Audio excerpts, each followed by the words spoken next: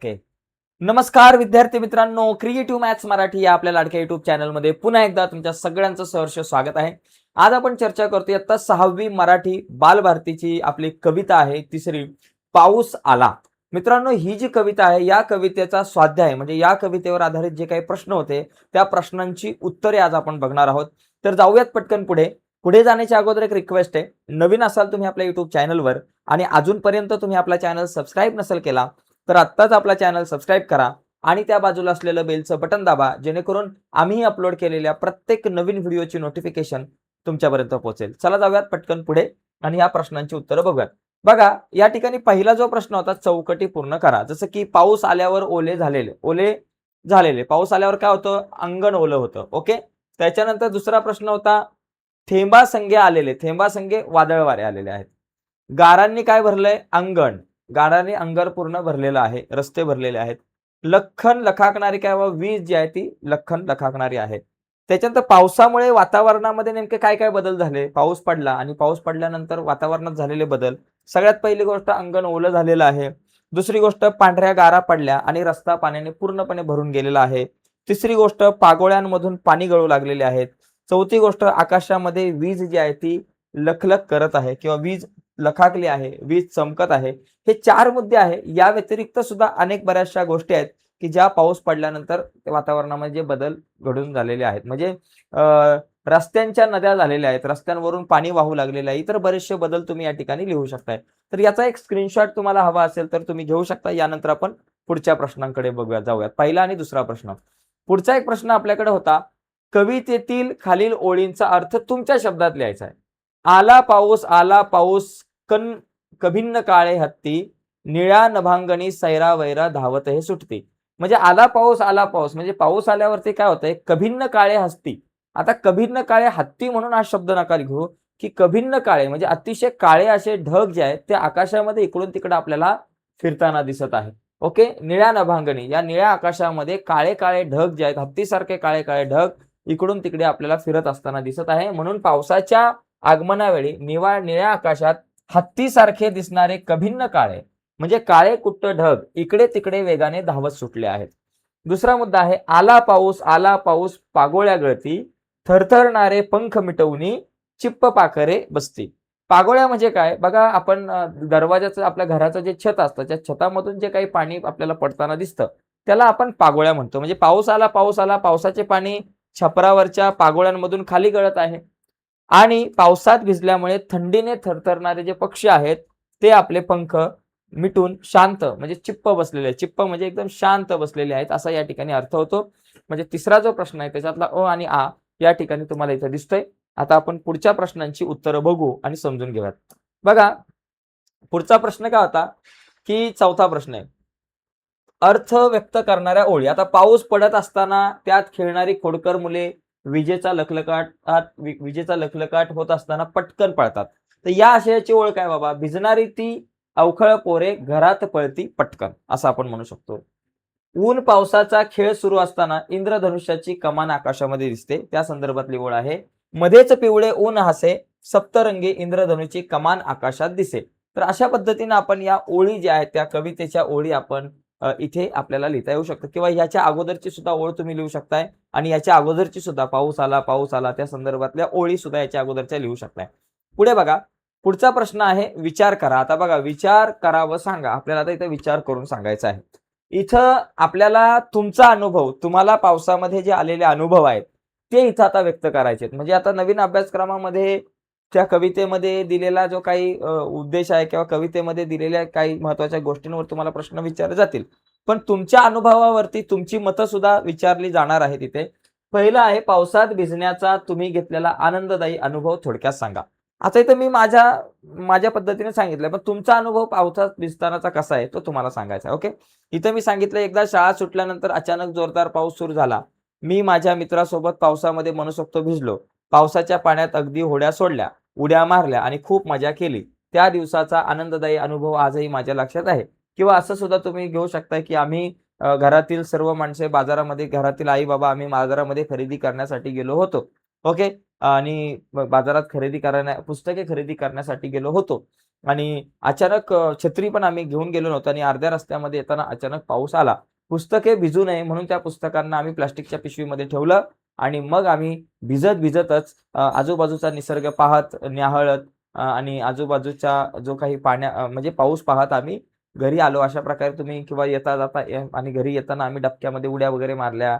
जिथे पाणी दिसेल तिथं आम्ही उड्या मारत येत होतो मी. आई-बाबा तर व्यवस्थित जात होते. मी उड्या मारत येत होतो. मग तुम्हाला तुमचे अनुभव तुमच्या पद्धतीने सांगायचे आहेत. पावसाळा सुरू होताच निसर्गात कोणते बदल होतात ते तुमच्या शब्दामध्ये सांगा. बघा पावसाळा सुरू होताच कुठले बदल दिसतात? सुरुवातीला पावसाचे थेंब जेव्हा जमिनीवर पडतात, पावसाळा सुरू झाला की पावसाळ्याच्या सुरुवातीलाच मातीचा खूप छान सुगंध दरवळतो. यानंतर माती आणि जमीन पूर्णपणे ओली होतात.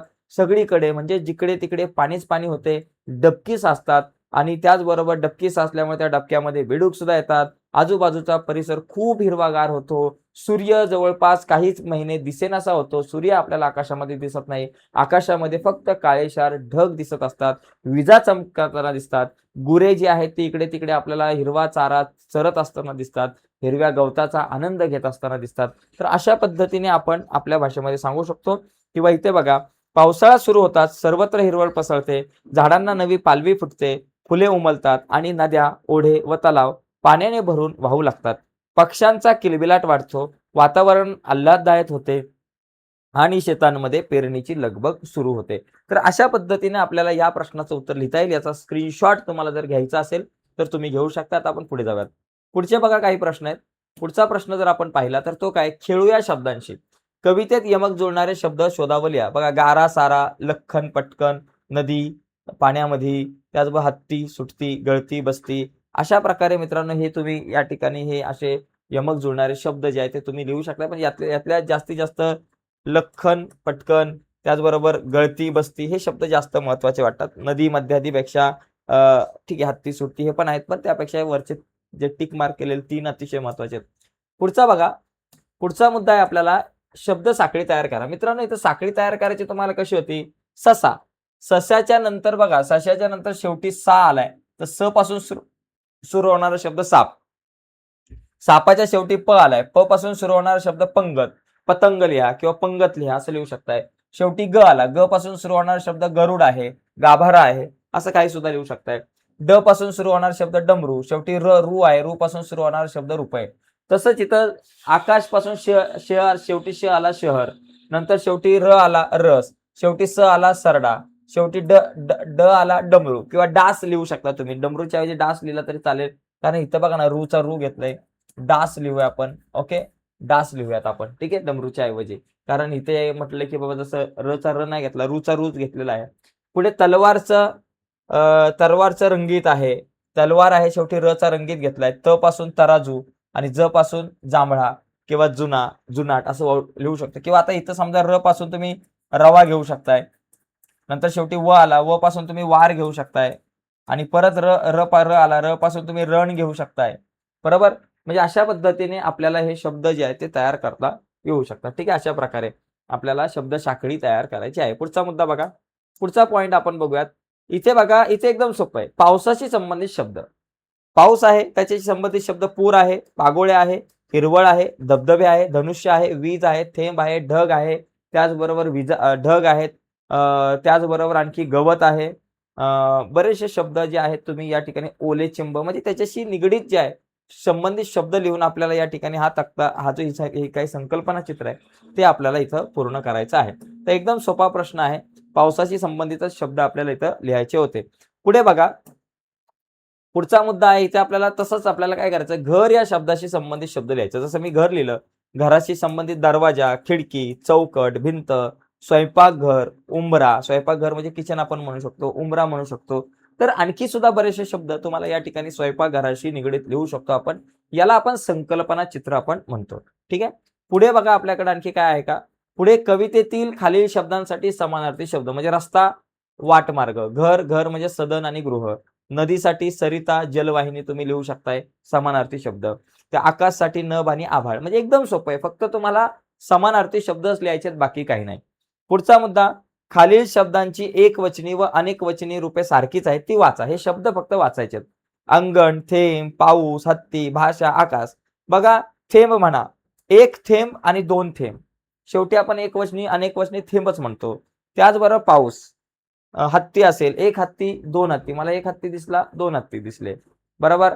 मला एक कुत्रा दिसला, दोन कुत्री दिसली. कुत्रा, कुत्री आपण म्हणतो ना अनेकवचन म्हणतो. एक मांजर होती, दोन मांजरी होत्या.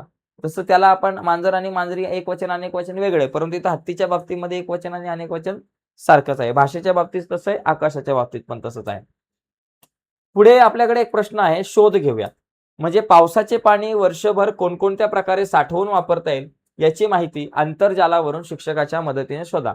आंतरजालावरून म्हणजे इंटरनेटवरून तुम्हाला माहिती शोधायची आहे, की बाबा पावसाचं पाणी तुम्ही कुठे-कुठे साठवू शकताय.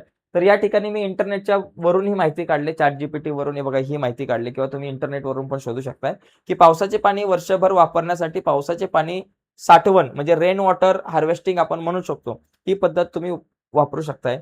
घराच्या किंवा इमारतीच्या छतावर पडणारे पावसाचे पाणी पाईपद्वारे टाकीमध्ये साठवले जाते. हे पाणी गाळून बागेला पाणी देणे, स्वच्छतेची कामे करणे, शेती तसेच इतर घरगुती वापरासाठी उपयोगात आणता येते. काही ठिकाणी हे पाणी जमिनीत मुरवून भूजल पातळी वाढवली जाते. त्यामुळे पाण्याची बचत होते आणि उन्हाळ्यात पाणी टंचाई कमी होण्यास मदत होते. म्हणजे तुम्ही अशा प्रकारे हे लिहू शकता या प्रश्नाचं उत्तर किंवा इतरही वेगळं थोडंसं उत्तर येऊ शकतं. पुढचा प्रश्न बघा, इथं तुम्हाला कृती करायची आहे, की बघा कृतीतून शिकू. वर्तमानपत्रातील पावसाच्या बातम्यांची कात्रणे मिळवा व वहीत चिटकवा. पावसावर आधारित कविता मिळवा व त्यांचा संग्रह करा. म्हणजे पावसावर आधारित तुमच्याकडे जर काही कविता असेल तर त्या शोधा, त्यांचा संग्रह करा. आणि त्याचबरोबर वर्तमानपत्रामध्ये पेपरमध्ये बघा आता पावसाच्या बातम्या येतील. तुम्ही कुठलाही एखादा पेपर वाचा, आजचा जरी वाचला, उद्याचा वाचला, तर जून महिना, जुलै महिन्यामध्ये ज्या काही बातम्या येतात, बऱ्याचशा पावसाच्या बातम्या येतात, तर त्या पावसाच्या ज्या बातम्या आहेत त्याची कात्रणं करा आणि ती वहीमध्ये चिटकवा. असा या ठिकाणी हा प्रश्न आहे. तर त्याच्यानंतर आणखी एक तुम्हाला प्रश्न आहे, चला वाचूयात. कविता कशी लिहायची हे सांगितलं इथं. बघा, कविता लिहिणे ही एक कला आहे. तुम्हाला कविता लिहिता येईल त्यासाठी सर्वात आधी एक विषय निवडा. म्हणजे कविता लिहिता येऊ शकते, पण त्यासाठी अगोदर कवितेचा विषय निवडायचा. उदाहरणार्थ पाऊस असेल, शाळेवर कविता लिहायची, वाढदिवस वगैरे असे तुम्ही विषय निवडा. जर तुम्हाला पावसावर कविता लिहायची असेल तर तुम्ही काय कराल? बरोबर? पाऊस येण्यापूर्वी, पाऊस येताना आणि येऊन गेल्यानंतर वातावरणात, परिसरात, निसर्गात कोणकोणते बदल होतात ते आठवा.